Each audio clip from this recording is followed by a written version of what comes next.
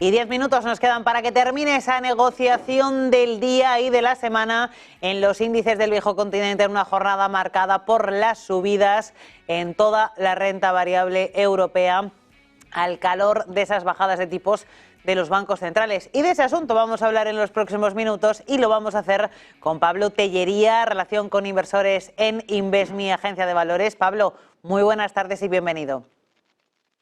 Buenas tardes, muchas gracias por la invitación. Continúa la renta variable, tanto en Europa como en Estados Unidos, digiriendo las bajadas de tipos y parece que al mercado le están sentando bien. Ahora sobre la mesa, por un lado, el Banco Central Europeo no se cierra la puerta a seguir bajando tipos en octubre y por otro lado cada vez están más igualadas las posibilidades de que la Reserva Federal baje 25 o 50 puntos básicos. Ahí es donde está el gran debate. ¿Vosotros cómo lo veis en Invesmi? Correcto, es decir, una vez ha pasado la noticia, ¿no?, de que el Banco Central Europeo bajó los tipos, a veces con este tipo de noticias puede haber el riesgo de la famosa frase, ¿no?, de compra el rumor y vende la noticia. Entonces, cuando hay este tipo de información, aunque seguramente estaba ampliamente descontado en el mercado y se había telegrafiado bastante, siempre hay que estar atentos a lo que puede pasar, a cómo reacciona el mercado, por más que fuera una noticia que en principio, como te comentaba, ya estaba descontada. Últimamente, además, ya no solo es la noticia, sino es toda la rueda de prensa posterior y precisamente al hilo de esto que comentabas, que al final se analiza luego palabra por palabra lo que se dice en la rueda de prensa posterior, lo que se dice en las siguientes intervenciones que puedan hacer. Esto sucede tanto aquí en el Banco Central Europeo como en la Reserva Federal Americana. Y es verdad que estas apuestas o esta tendencia de si hay otra nueva bajada, si no la habrá, si será un cuarto de punto, será medio punto, creo que eso será el pan nuestro de cada día durante este proceso de bajada, sobre todo al inicio de este ciclo de bajadas. El Banco Central Europeo ha hecho la segunda, la Reserva Federal aún no ha movido ficha.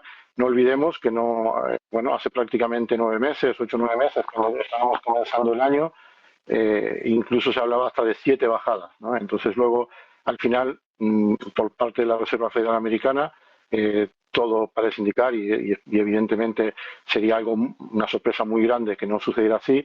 En la próxima semana habrá una bajada de tipos y de la misma manera que aquí en Europa se hacen estas apuestas por ver si en octubre o en diciembre toca la siguiente, ahora mismo el foco está allí en la Reserva Federal a ver si finalmente es de un cuarto de punto o de medio punto esa bajada.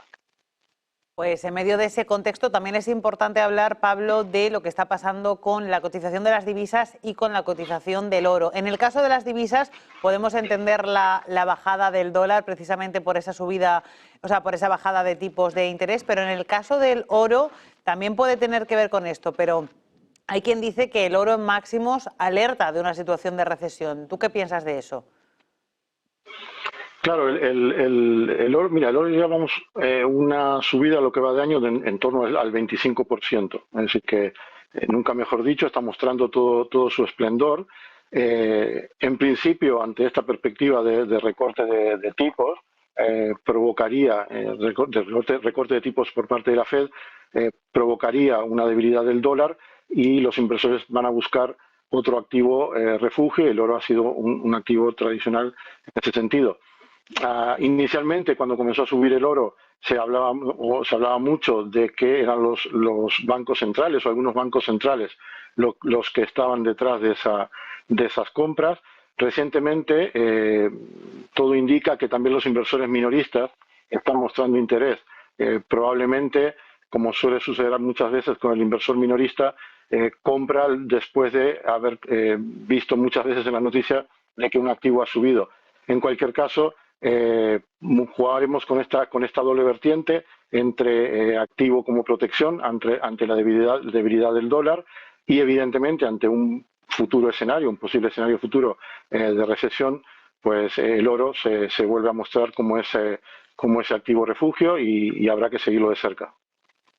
Y te quiero preguntar también por vuestro foco inversor en este contexto en el que estamos, en un contexto de estabilidad, en un contexto de índices de renta variable máximos históricos, de oro en máximos históricos, de petróleo en mínimos del año. ¿En qué sectores os fijáis ahora mismo? Nosotros principalmente en Investme siempre vamos muy enfocados o nos gusta enfocar al cliente en cuanto a que vaya invirtiendo por objetivos, ¿no? Es que con Investme pueda tener 2, 3 carteras en función de los objetivos que tenga o del horizonte temporal que tenga para esas diferentes partes o esas diferentes cajas, ¿no? de su patrimonio. Entonces tenemos carteras diversificadas a nivel global, tanto geográficamente como sectorialmente. Algunas de esas carteras incluyen oro, en concreto las carteras que hacemos con ETFs, incorporamos oro dentro de la cartera, pero siempre bajo el ámbito de esta gestión delegada con carteras muy diversificadas. No solemos concentrar la exposición a unos determinados sectores o a una determinada zona geográfica, porque creemos y entendemos que a largo plazo, pues al final los ciclos van cambiando, y si bien es cierto que venimos de un ciclo en el que el mercado americano lo ha hecho muy bien comparado con el resto del mundo, principalmente por el empuje que han tenido las empresas de tecnología, es probable que en los siguientes 8, 10, 15 años veamos un cambio de ciclo y el resto del mundo, sobre todo estos países desarrollados, Europa, países emergentes, lo puedan hacer mejor que las empresas americanas. Entonces, como esto es muy difícil de acertar, este timing es muy difícil de acertar, preferimos tener una distribución bastante bien repartida, muy bien diversificada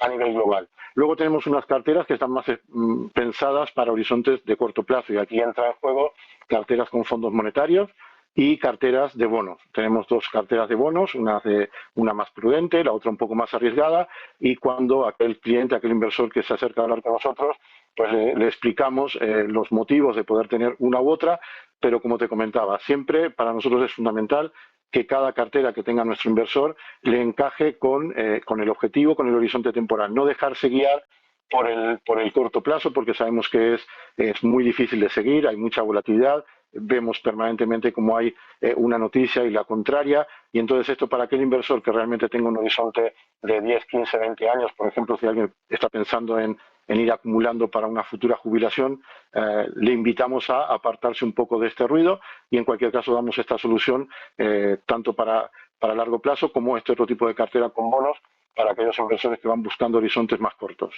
Está claro que en este contexto, Pablo, hay alternativas para todo tipo de clientes, eso es lo interesante. Citabas esas carteras de bonos, ¿creéis entonces que todavía sigue habiendo oportunidades en el momento en el mercado de renta fija que ha vivido en los últimos 2 años un momento de verdadera eclosión, un momento muy goloso, podríamos decir? Claro, en el momento, es decir, sí que es verdad que tuvimos que soportar un año 2022 bastante duro, especialmente para la renta fija. En renta variable también han habido caídas, pero el inversor que está expuesto a renta variable ya asume parte asume esa volatilidad, o asume que va a ir a buscar un rendimiento futuro más alto, teniendo que soportar mayor volatilidad, mayores caídas. En renta fija no estábamos tan acostumbrados, un año bastante excepcional. Luego comenzó el ciclo o la previsión de que se había tocado techo en la subida de tipos, y evidentemente ahí comenzamos a posicionarnos nosotros también. El comité de inversión comenzó a buscar alternativas, y fue cuando implementamos primero la cartera ahorro formada por fondos monetarios, y en segundo lugar, más recientemente, estas carteras con bonos.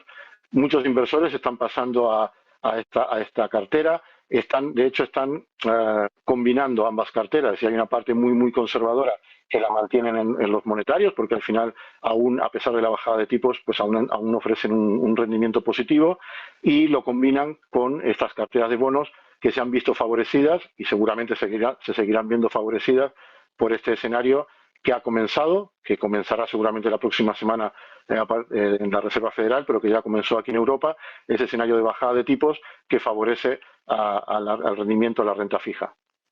Pues Pablo Tellería, relación con inversores en Investme, agencia de valores. Un placer compartir contigo este rato de análisis y hablar de oportunidades de inversión, que me parece importante destacar que en este contexto las hay para todos los gustos. Exacto, siempre eso es importante. Es importante que el inversor tenga un cierto conocimiento de dónde está invirtiendo, bien porque lo haga por su cuenta, bien porque busque ayuda con profesionales, pero más allá de que esté orientado y esté guiado, sí que es bueno que sepa al menos esas perspectivas que pueden haber futuro. Nadie puede acertar el momento exacto del mercado, el mejor momento o lo que va a suceder en un horizonte corto de tiempo, pero sí que hablando de probabilidades, pues es interesante que el inversor se vaya formando en eso, entienda dónde está invirtiendo su dinero y ya te digo, puede hacerlo de manera individual o puede dejarse orientar o guiarse por un profesional. Fundamental ese mensaje tranquilizador y de asesoramiento. Gracias, Pablo. Un abrazo. A vosotros. Buenas tardes y buen fin de semana.